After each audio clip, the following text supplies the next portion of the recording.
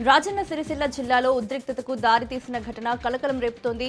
ఆంజనేయ స్వామి మాల ధరించిన విద్యార్థులను ప్రభుత్వ పాఠశాలలోకి రానివ్వకపోవడమే కాకుండా ఉపాధ్యాయులు వారిపై దాడి చేస్తున్న ఆరోపణలు తీవ్ర వివాదానికి కారణమయ్యాయి. రుద్రంగి మండల కేంద్రంలోని ప్రభుత్వ పాఠశాలలో జరిగిన ఈ ఘటనపై సమాచారం అందుకున్న ఆంజనేయ స్వాములు, హిందూ సంఘాలు, బీజేపీ నాయకులు, బజరంగ్ దళ్ సభ్యులు భారీగా పాఠశాల వద్దకు చేరుకుని నిరసన చేపట్టారు. బాధ్యులపై కఠిన చర్యలు తీసుకోవాలని డిమాండ్ చేస్తూ భవిష్యత్తులో ఇలాంటి ఘటనలు పునరావృతమైతే తీవ్రంగా స్పందిస్తామని హెచ్చరించారు. ఈ ఘటనతో పాఠశాల వద్ద ఉద్రిక్త పరిస్థితులు నెలకొనగా అధికారులు అప్రమత్తమై పరిస్థితిని అదుపులోకి తీసుకొచ్చే ప్రయత్నం చేస్తున్నారు. విద్యార్థుల హక్కులు, మతపరమైన భావాలు, విద్యా సంస్థల నియమాల చుట్టూ ఇప్పుడు చర్చ ముదురుతోంది. తిరుమల శ్రీ వెంకటేశ్వర స్వామి దేవస్థానంలో ప్రముఖుల రాకపోకలు కొనసాగుతున్నాయి. కేంద్ర భారీ పరిశ్రమల శాఖ మంత్రి హెచ్డి కుమారస్వామి ఇవాళ శ్రీవారిని దర్శించుకున్నారు.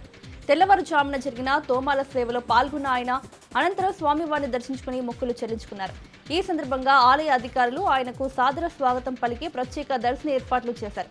దర్శనానంతరం రంగనాయక మండపంలో వేద పండితులు మంత్రోచ్చారణల మధ్య ఆశీర్వచనం అందించగా దేవస్థానం అధికారులు స్వామివారి తీర్థ ప్రసాదాలను అందజేశారు. మంత్రి కుమారస్వామి దర్శనం ప్రశాంతంగా ముగియగా తిరుమలలో భక్తుల రద్దీ యథావిధిగా కొనసాగుతోంది.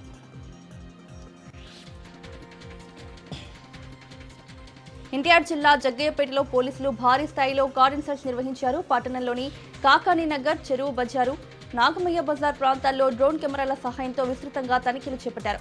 రాత్రి వేళల్లో రోడ్లపై మద్యం సేవించే వారిపై ప్రత్యేక నిఘా పెట్టిన పోలీసులు నేడు వారిని హెచ్చరించి కౌన్సిలింగ్ ఇచ్చి వదిలివేసినప్పటికీ రేపటి నుంచి కఠిన చర్యలు తప్పవని సీఐ వెంకటేశ్వర్లు స్పష్టం చేశారు.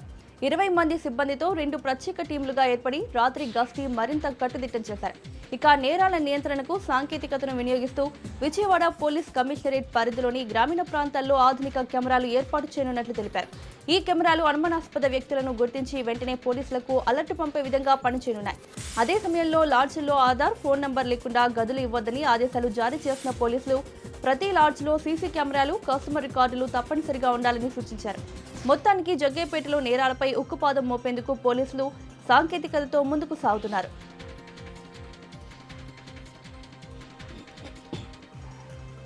శ్రీ సుబ్రహ్మణ్యేశ్వర స్వామి దేవాలయంలో ప్రముఖుల రాక కొనసాగుతోంది. రైల్వే కోడూరు శాసనసభ్యులు అరవ శ్రీధర్ ఇవాళ స్వామివారిని దర్శించుకున్నారు. మోపిదేవి గ్రామంలోని శ్రీవల్లి దేవసేన సమేత సుబ్రహ్మణ్యేశ్వర స్వామి ఆలయంలో ప్రత్యేక పూజల్లో పాల్గొన్న ఎమ్మెల్యే అనంతరం స్వామివారికి మొక్కులు చెల్లించుకున్నారు. ఈ సందర్భంగా ఆలయ అధికారులు ఆయనకు సాదర స్వాగతం పలికారు. దర్శనానంతరం ఆలయ సూపరింటెండెంట్ అచ్యుత మధుసూదన్ రావు ఎమ్మెల్యే అరవ శ్రీధర్ కు స్వామివారి చిత్రపటాన్ని, తీర్థ ప్రసాదాలను అందజేశారు. ఎమ్మెల్యే దర్శనం ప్రశాంతంగా ముగియగా భక్తులతో ఆలయం సుందరిగా కనిపించింది.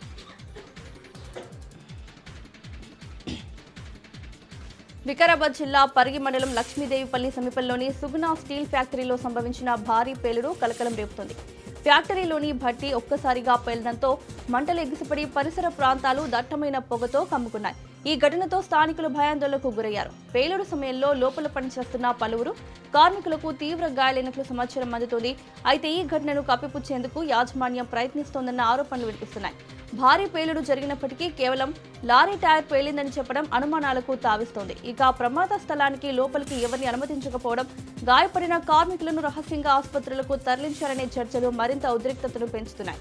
ఇప్పటికే ఈ ఫ్యాక్టరీ వద్ద గతంలో జరిగిన వివాదాస్పద ఘటనల నేపథ్యంలో ఈ పేలుడు మరింత ప్రాధాన్యత సంతరించుకుంది. మొత్తానికి అసలు కారణాలేంటి, నిజంగా ఏం జరిగింది అన్న ప్రశ్నలకు సమాధానం కోసం అధికారులు దర్యాప్తు చేపట్టాల్సిన అవసరం ఉందని స్థానికులు డిమాండ్ చేస్తున్నారు.